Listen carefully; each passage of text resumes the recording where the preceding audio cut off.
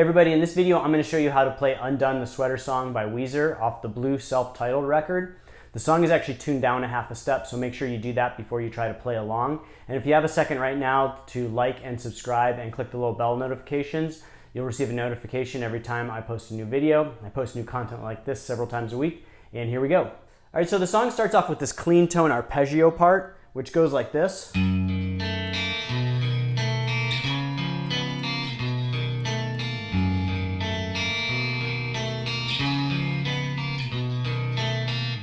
And so it's pretty slowly paced, and basically these are kind of modified chords. They have fancy names.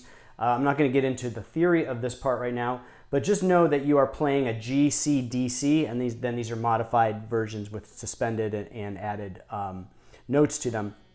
So what you're going to do is play this first position, and you're going to play the low E, and then so. And then you can leave all of your hand except for your middle finger, and then you just move your middle finger to the 3rd fret on the A string for the next position, and then it goes. And then you're just going to keep that same form and slide up, this time with your ring finger on the 5th fret instead of the 3rd fret. And then back down to the previous position. So we're going to start here.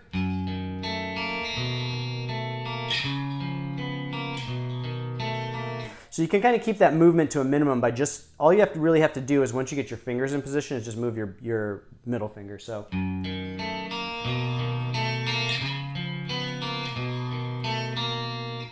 that's it for the arpeggio part. And then the bass kind of plays a run, and then in the background, kind of quietly, there's a clean tone guitar, and it's just playing the major chords. So we're going to start off with a G, and it's just played on the beat, 1, 2, 3, 4. So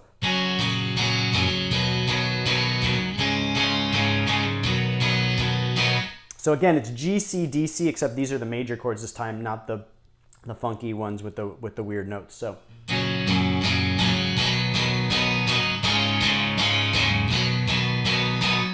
And it does that a couple times. So then we're going to switch to distortion. And again, we're doing G, C, D, C, except now we're going to play a G bar chord. Then we're going to do a C5 chord. Except we're going to add this G root.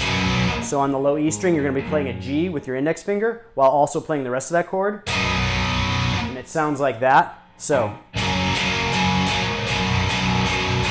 then you're going to slide that position up 2 frets to the D position. Then back down to the C. And it's just 1, 2, 3, 4. So.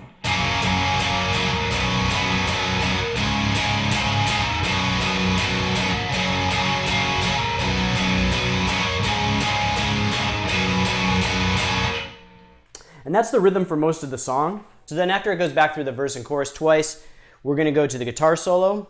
And I'll break the guitar solo down into several parts so that it's easy to learn. So it starts off like this.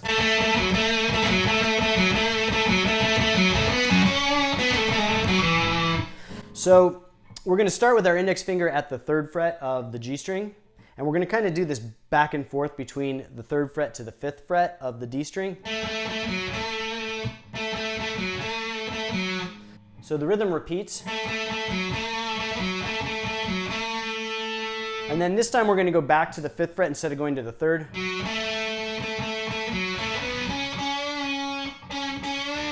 And there's that kind of nice bend.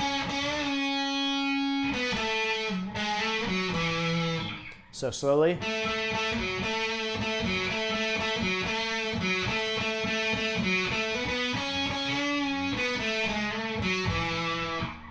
One more time slowly.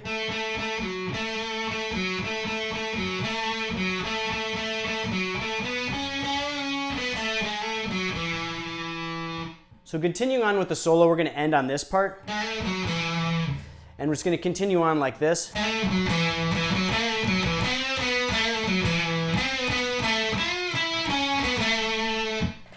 So basically, slowly, we're going to go. So.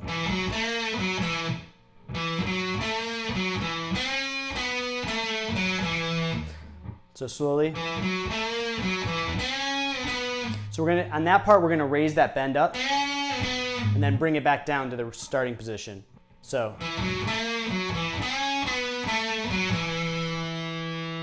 Then.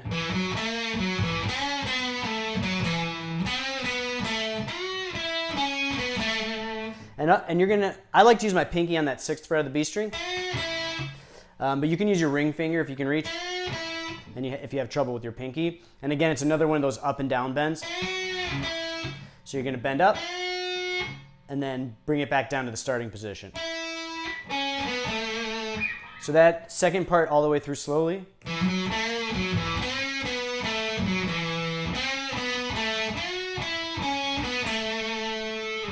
And then next we're going to do this long kind of ascending slide up the neck. So it goes like this.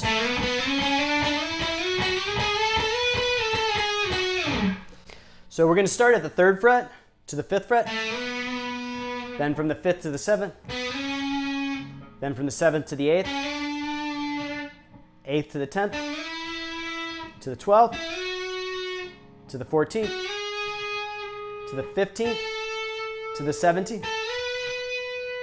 Then we're going to do back down. So.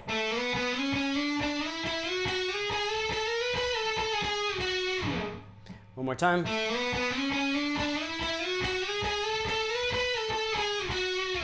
And then the last part of the solo goes like this.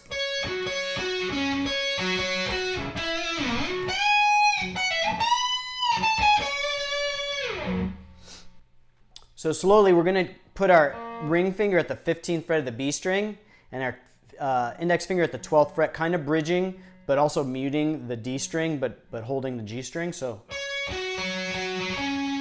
and then when it comes to that D note, we're going to put our index finger on that to play that note.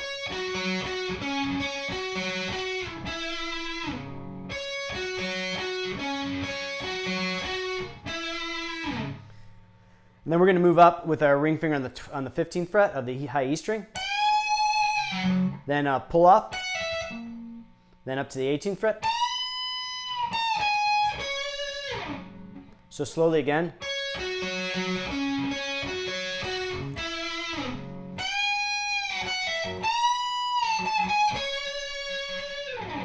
And then after that note holds for a while, there's another kind of little fill. And the fill goes like this.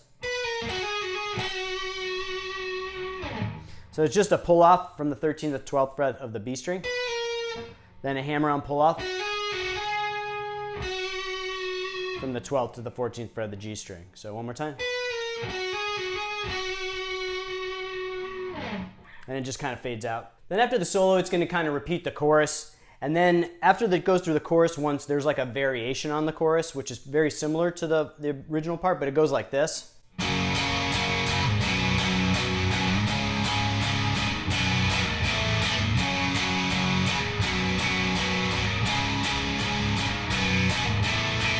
So it's the same as you played it before, except you're adding that A sharp there. So.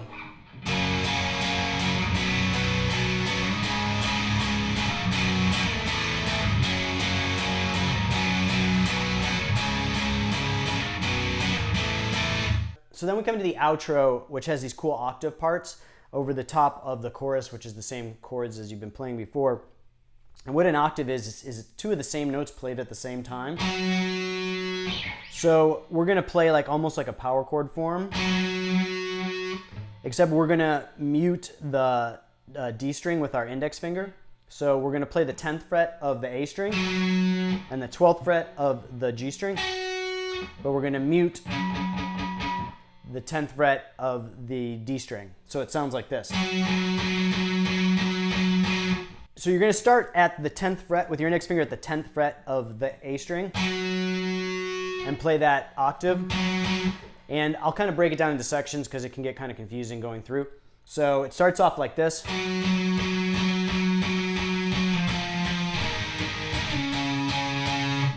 So.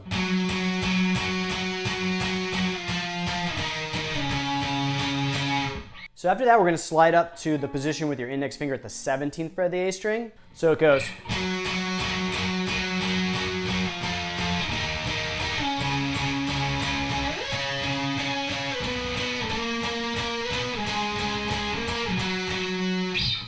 So again, that new part goes.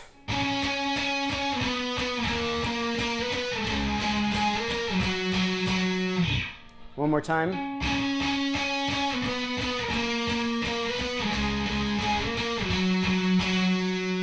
And then it goes back and has kind of a similar pattern to what you played before.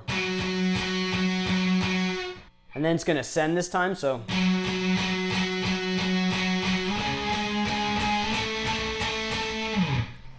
So then after that, you're going to move up to this different type of octave. And so this time you're going to play the 15th fret of the G string with your index finger.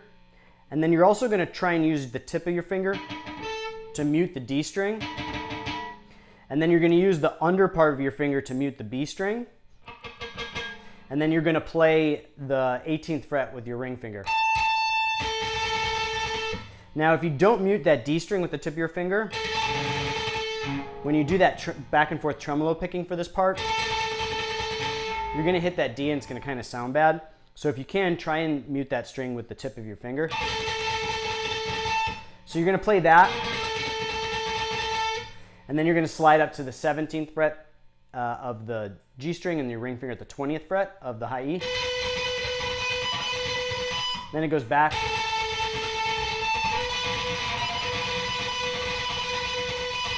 And it kind of does that over and over again until the end of the song. And then it sounds like he puts his ring finger at the 19th fret of the G at some point. And then just kind of slides up and it's real kind of noisy. And there's multiple layers of guitars. There's that clean tone guitar you can hear, strumming. There's the 2 layers of distorted guitars. And then there's that going back. And it just kind of raise up and just kind of do whatever kind of feels right.